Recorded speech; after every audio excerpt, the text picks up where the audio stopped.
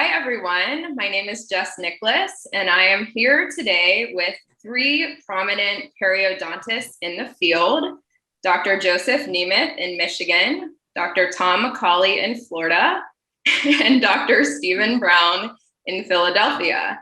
And today we're going to have a little roundtable discussion about periodontal health and how it affects COVID-19. This is obviously a very timely and important topic for today, so we're very anxious to get their expert opinion and advice.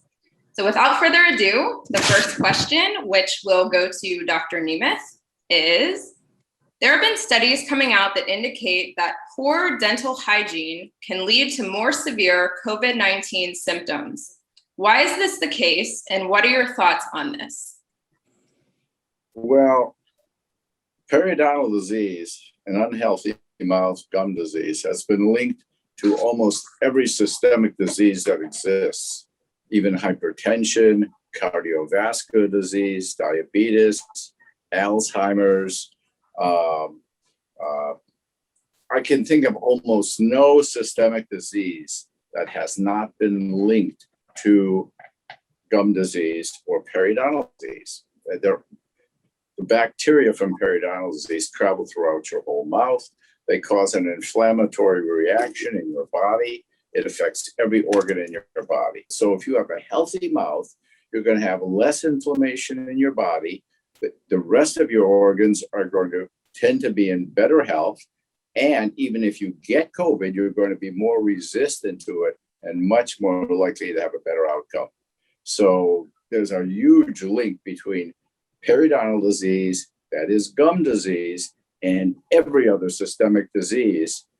And if you've got those other systemic diseases, you're going to be more susceptible to COVID. So you've got a healthy mouth, you're going to have a healthier body, you're going to be more resistant to COVID. And that really is what it's all about as far as COVID is concerned. That's a great answer. Dr. Brown, do you have anything to add to that?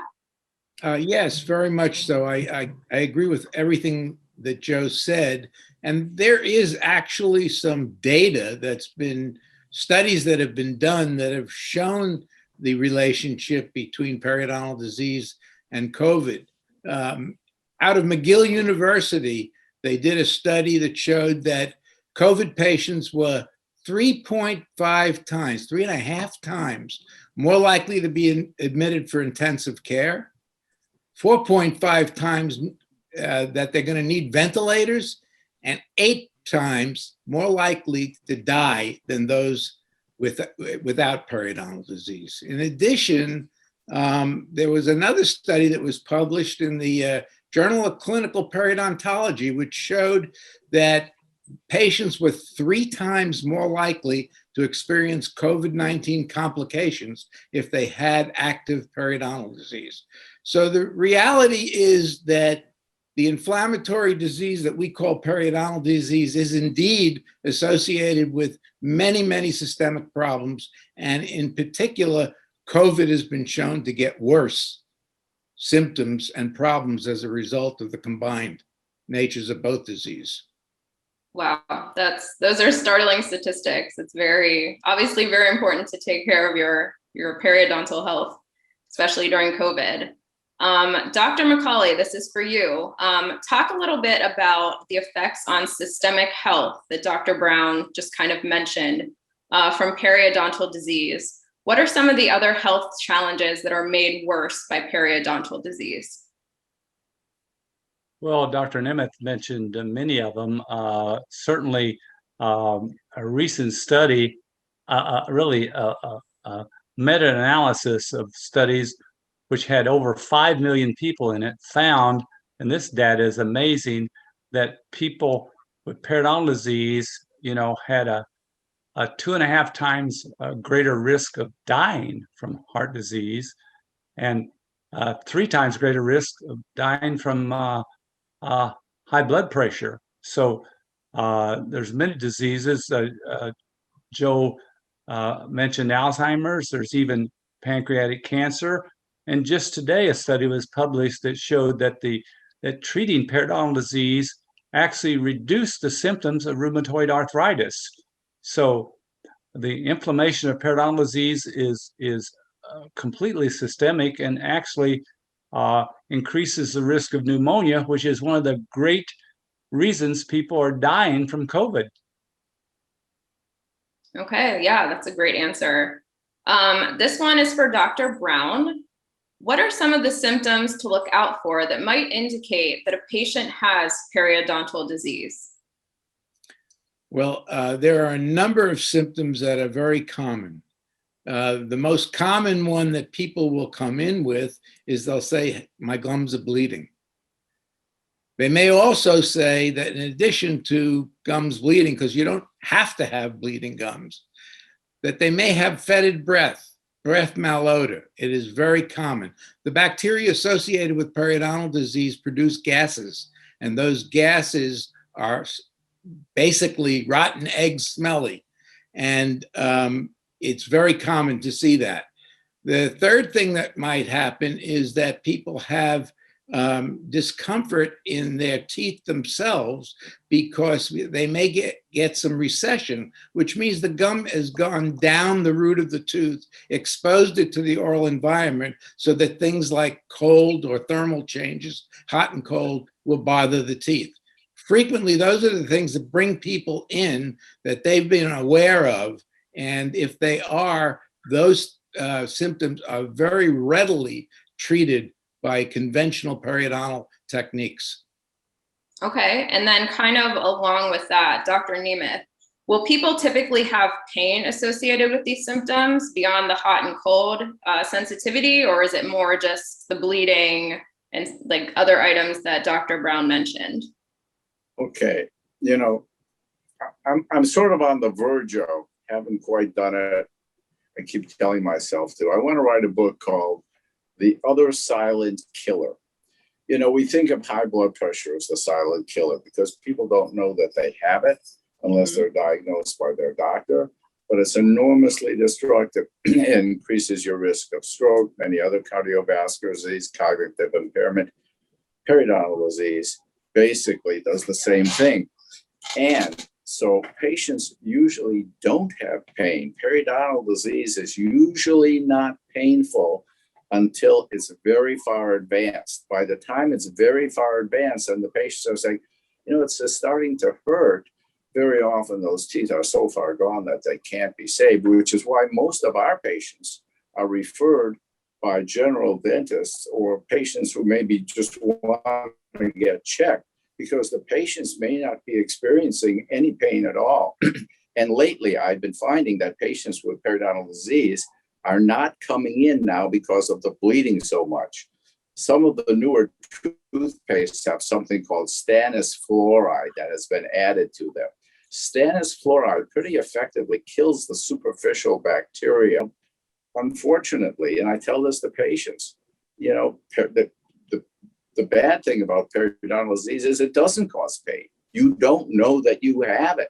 Patients come here and say, very often, my doctor sent me here. I don't know why. Nothing's bothering me. Well, nothing's bothering them, but it's bothering the doctor, their dentist, because they're losing all their bone. Their teeth are getting loose, and if nothing is done, those teeth are going to start to be lost. So symptoms are very variable, and sometimes there are few or none that are apparent to the patient. That makes sense. Dr. McCawley, kind of as a follow-up to this, what Dr. Nemeth said, you kind of get to the point of no return and the teeth sometimes cannot be saved. What happens in that instance? Well, it's rare with the therapies that we all use, laser therapies, that the teeth can't be saved. And we actually, all of us, are the last people in the world to take out teeth. So most of the time we can save teeth that used to be thought to be hopeless. However, if in fact they are hopeless, there are great techniques that can replace the teeth with implants and give you a new complete set of teeth really the same day. So that's a remarkable breakthrough. Two breakthroughs there. One, we save most of them, and two, if we can't, we can give you teeth back almost the same day. Wow, that's amazing. Yes, it Staying is. on you, Dr. McCawley, for a second, what are some of the best ways to prevent periodontal disease? Well, the best way to prevent periodontal disease is first to be aware that you're probably going to get it. I mean, at least half the population has gum disease, so be alert that you're probably going to get it. And the next thing is, well, we created an acronym called the FBI. It starts with tongue cleaning. People aren't aware that sometimes as many as half the bacteria live on the back of the tongue. So they have to clean the back of their tongue. Then they say that's D. Then F means clean between the teeth. You must clean between the teeth because that's where most gum disease occurs. And so if you can floss, if you can't floss, use Stimudents or other instruments to clean between the teeth. Then we'd say irrigate. So you need to use some sort of a water irrigator with an antiseptic in it to help kill the bacteria. So it's like we say, you kick the anthill over first, then you spray it with ant killer. We recommend various things. The simplest thing for people would be to use 2 ounces of Listerine, generic, to 6 ounces of water and irrigate. So the FBI. And do that, you just need to do it once a day. And Okay. that'll help stop it. What kind of tongue cleaner do you recommend? Well, there's tongue cleaners available in all the drugstores. If you don't have one, just use a spoon. But the critical thing is to clean the very back of your tongue. That's where all the bacteria are. And that also is the main source of breath odor. So that you kill 2 birds with 1 stone. It's a great tip. Okay. The next question for Dr. Brown. How do you treat periodontal disease and the underlying causes in your practice? Talk a little bit about the non-invasive options available as well. I'd like to pick up on what both Tom and Joe said, in that the first thing that a patient needs to understand is that periodontal disease is a bacterial infection. And the way in which we let them know that is that the first visit, we'll tell them periodontal disease is caused by bacteria. Those bacteria are identifiable, and we can actually see them. I'm going to take a small sample of material from around your gum line, and then we're going to look at it under a microscope, which obviously is the best way to look at bacteria. And what we have, it doesn't hurt at all. You just take a little sample from a couple of different areas around the gum line. We put it on a slide, we look at it on a microscope, and we have a big screen that the patient can literally see the bacteria. When they see the bacteria, they become believers rather quickly. They say, oh my gosh, are those things in my mouth? And inherent in that comment is, I want to get rid of those. So they learn very quickly. And once we start doing the treatment and some of the things that Dr. McCawley and Dr. Nemeth mentioned, especially the use of the water irrigating device, we tend to get very good results. You asked particularly about what are some of the techniques, the non-invasive techniques. And the 3 of us, I mean, Joe was a pioneer in the use of the laser, and he introduced us to that.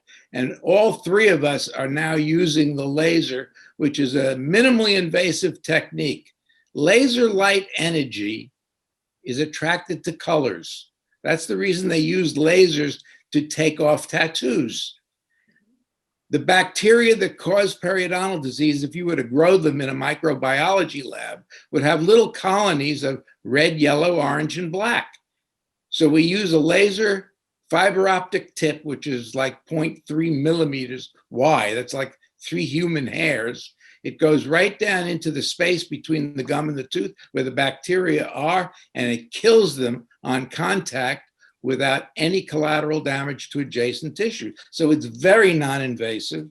Patients can have their entire mouth treated, and in 24 hours, they tell me they took a Tylenol. So that's one of the wonderful things that's happened, because in the past, periodontal treatment was all surgical. Cut the pockets away, cut the gum away. And people, there's a lot of negative aspects of that. Yeah, so now they can go in without surgery and get everything taken care of and have very minimal pain. And that's a huge breakthrough. Absolutely. Yeah, Dr. Nemeth, Dr. Brown said that you kind of pioneered the laser. How did you do that? Just talk a little bit about how you came to get into that and how you use it in your practice. Well, Dr. McCall is going to dispute that, but the truth is I was the first periodontist and first dentist in the United States to actually purchase and own a laser, even though Tom, I think, thinks he is. But yeah, I've been using a laser and I've had 7 or 8 different kinds of lasers. We presently have 5 different kinds of lasers, and each laser has a specific purpose. The primary laser that we use for treating periodontal disease is called the Millennium laser, and the treatment is called LANAP. And this laser very, very effectively destroys the bacteria. Okay, so gum disease is a bacterial infection. We want to save the teeth. We want to stop the disease. Got to stop the infection. How do we stop the infection? The laser destroys the organisms that cause the infection. It's quite simple. Destroys, goes under the gum. It's very fine, not painful to the patient at all. It destroys those organisms. And I tell the patient, look, I'm going to cure you. We're going to use the laser. You're going to be cured. I'm going to do half the treatment by curing you. You're going to do the other half of the treatment by staying cured. That means doing what we teach you at home so that this doesn't come back again. And we get cases that, we get cases where patients come in not infrequently and they're told to have all their teeth out or half their teeth out. And I see there's enough bone, those teeth can be saved.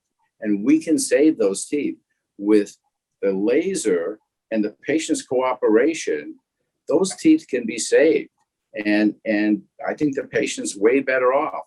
So I love the laser. We use the laser almost exclusively for treating periodontal disease and even for cosmetic reasons if we want to recontour the gum tissue for various reasons. So the laser is becoming more and more popular. It's very useful. And I think Dr. McCawley, Dr. Brown, and I are one of the few offices in the country that use the microscope to diagnose the disease. And patients, by the way, ask me, well, where do these bugs come from, doctor? The truth is, I don't have an answer for that. We know that you can get them from pets, you can get them from kissing, they're in the air, they're in food. You can't avoid these organisms. You can't avoid the bacteria and the parasites that are going to get into your mouth, but you can prevent them from getting under the gum where they can multiply and cause infection. So first you have to destroy them and then be taught methods of preventing recurrence by doing the kind of home care that will prevent that and save the teeth. And we can save teeth very frequently that have been condemned and save them for many, many, many years. It's just great. And the patient's health is improved. We're not just talking about the mouth, we're talking about their life. Their life can be extended by 6 to 7 years. If you have an unhealthy mouth, studies have shown you can live 6 to 7 years less. Got to get your mouth healthy, get your body healthy. Everything's going to be better. Wow, that's hugely important. Dr. Brown, do you want to add something? Yeah, I want to add something to what Joe is saying because it's absolutely right. But one of the most important things with any chronic disease, you have to engage the patient in the cure, in keeping themselves healthy, like obesity or diabetes or other things. The beauty about periodontal disease treated the way the three of us are doing it is, within a matter of weeks, we are able to take another sample, show the patient on the microscope, on the screen, because that's a scorecard. And they see they're getting better, they're going to adopt the habits that keep them healthy. What are some of the things that they can do to stay healthy as aftercare? Well, a few of the things have already been mentioned. We are very high on the use of a sonic electric toothbrush. We are also very high on the use of a water irrigating device. Tom mentioned earlier, it's not just washing in between the teeth.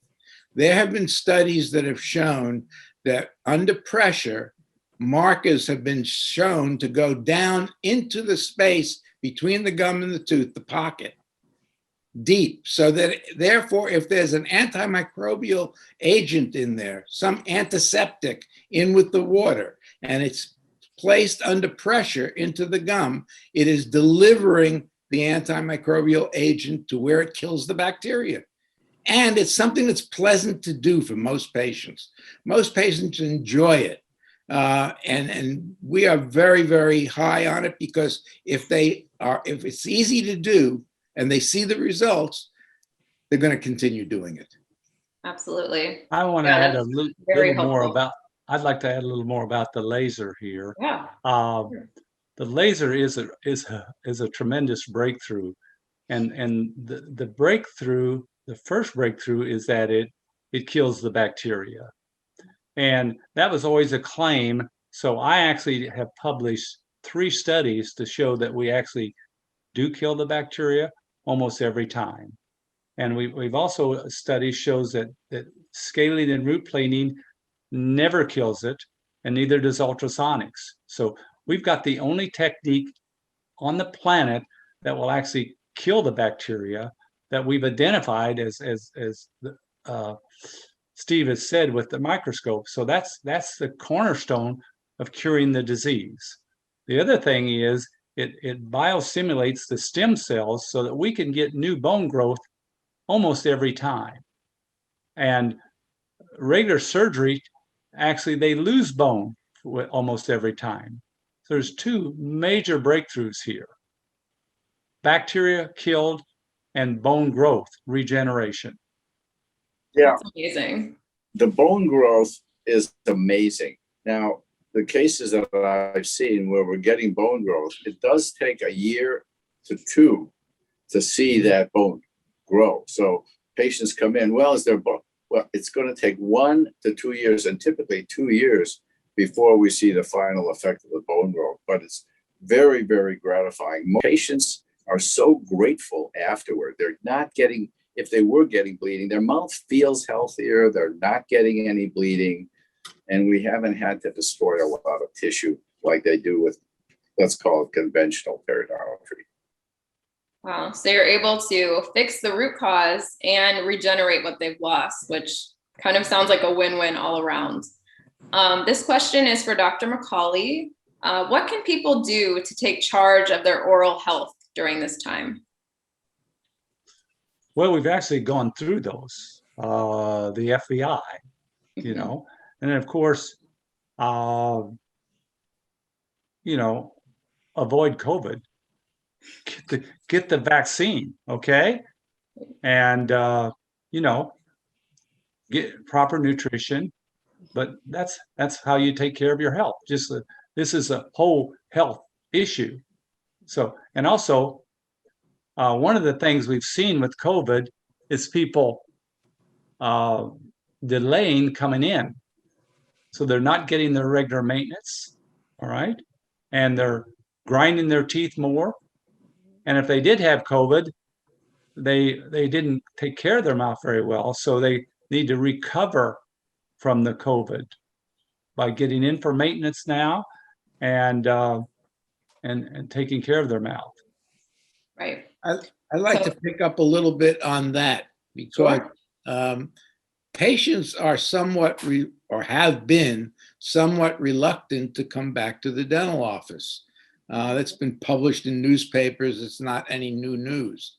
But the bottom line is, people like Tom and Joe and myself, when we closed our offices at the beginning of the pandemic, we spent a huge amount of time learning about all of the things to do in order to protect our patients and our staffs when they come back.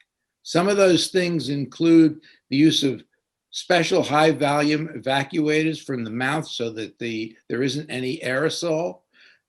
We use air purifiers in the office. We fog the office after every patient, or at least the treatment room after every patient, with hydrochlorous acid. That's not hydrochloric. Hydrochlorous acid is a strong antimicrobial agent. So patients are coming back now because they believe that we've taken the steps necessary in order to protect their health and the health of our teams. Absolutely. Sounds like you're doing everything possible to keep it very safe in your office. Dr. Nemeth, would you like to talk a little bit about what you're doing in your office to keep patients safe? I think, Dr. Brown covered it. We have spent tens of thousands of dollars on additional equipment, filters. We have filters that now go right next to the patient's mouth, suctioning all of the air. We have spent enormous amounts on the proper equipment to ensure that patients are not going to contract the problem. And in fact, we haven't had one employee here, and I've got a lot of employees. We've got 25 to 30 people here. We have not had any intra-office transmission of COVID. Now, some of the employees, some of the younger ones, who are little kids, they may get COVID, but not from the office. The office is probably one of the safest places they can be, as opposed to being out of the office. And that goes for patients as well as staff. Yeah, I was going to say, it sounds like a periodontist office is about the safest place to be right now. So that's great. Dr. McCawley, do you want to add to that?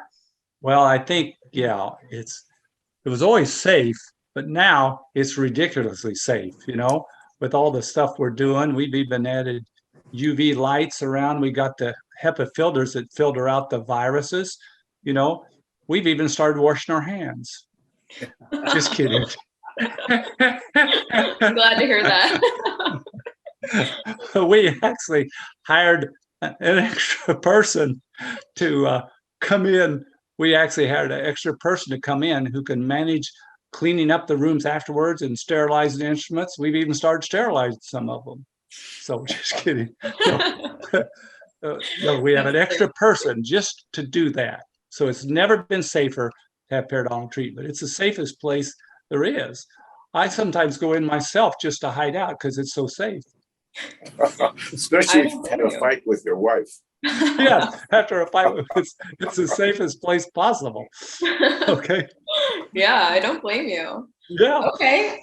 Is there anything you guys would like to add, or any question that was not asked that you would like to share kind of your answer?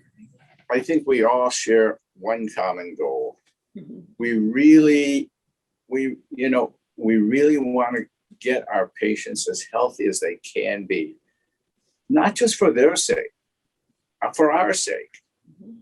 I feel, and I know Dr. Brown and Dr. McCawley do, when we can help a patient, it is so gratifying to us as well as the patient that's really our goal. We want people to be healthier. We want the whole world to be healthier, but we can only really take care of the patients that we have, and also get the message out to the general public like we are now. But the goal here is to help people, help them get healthier, get rid of the infection, save their teeth if possible, because they're going to be happier, they're going to be healthier, and we're going to be happier. I love that. And it's easy and it's predictable. And we've seen it over and over again. So I agree with the same things. I agree with the same things that they've said, because when you can do it over and over again, you get people telling other people. And when people tell other people, it becomes law. Absolutely. It's the way to go. It truly is the way to go. That's the beauty of being a periodontist. Yeah. We really have a great purpose to make a positive contribution to people. And we have breakthrough technology with diagnosing the disease and treating the disease. And actually, for the first time in the history of man, we actually cure people of periodontal disease. It's a miracle. So that's why we're lucky to have something that can make such a positive contribution to people. One other comment, if I may say, and that is, family history has some bearing on your susceptibility to periodontal disease. We always ask patients, how did their parents and grandparents do with their teeth? Because sometimes we see patients with advanced periodontal disease at a relatively young age. Yeah, when we are able to cure periodontal disease, as my two esteemed colleagues have shown, we're actually treating the entire body. We talked about it earlier. Periodontal disease is associated with many systemic problems. Cure the periodontal disease and you are helping that person's life. You're giving them longer life without the potential for some of these devastating diseases that we know about, the chronic diseases. So I feel good every day doing that. I mean, it's a reason to go to work. It's a reason that it isn't work, it's a calling. One interesting aside, which I'll throw in very briefly, if patients have diabetes, their A1C almost invariably comes down once they've been treated for periodontal disease. We had one patient, and we have a video testimonial. Her A1C went from 14 to 8 after her periodontal disease was treated. And almost every patient that has diabetes, the diabetes will be easier to control, and the A1C almost always comes down moderately and sometimes very extensively. So strong link between periodontal disease and diabetes. Wow. Well, I hope everyone has learned as much as I have. I mean, clearly oral health and periodontal health makes a huge difference just in your systemic health and your quality of life. And especially during this time, that is so, so crucial. So I really want to thank Dr. Nemeth, Dr. McCawley, and Dr. Brown for their expert insight and everything they're doing just to keep everyone healthy. And thank you for watching. And I hope you have a great day.